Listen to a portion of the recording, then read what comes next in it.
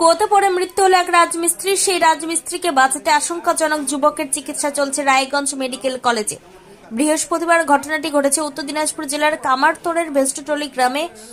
স্থানীয় সূত্রে জানা গিয়েছে, করণদিঘি থানা হরিণতোড়ের যুবক আব্দুল রশিদ রাজমিস্ত্রির কাজ করেন। কামারতোড় ভেস্টটলি গ্রামে নিজামুদ্দিনের বাড়িতে জল নিকাশির জন্য কুয়া নির্মাণ করছিলেন তিনি। অভিযোগ, বৃহস্পতিবার কুয়াতে পাইপ লাগাচ্ছিলেন তিনি। আচমকা তিনি কুয়াতে পড়ে যান।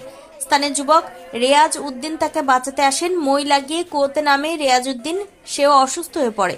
দুজনকে উদ্ধার করে করণদিঘি গ্রামীণ হাসপাতালে আনা হয়। কর্তব্যরত চিকিৎসক আব্দুল রশিদকে মৃত ঘোষণা করেন।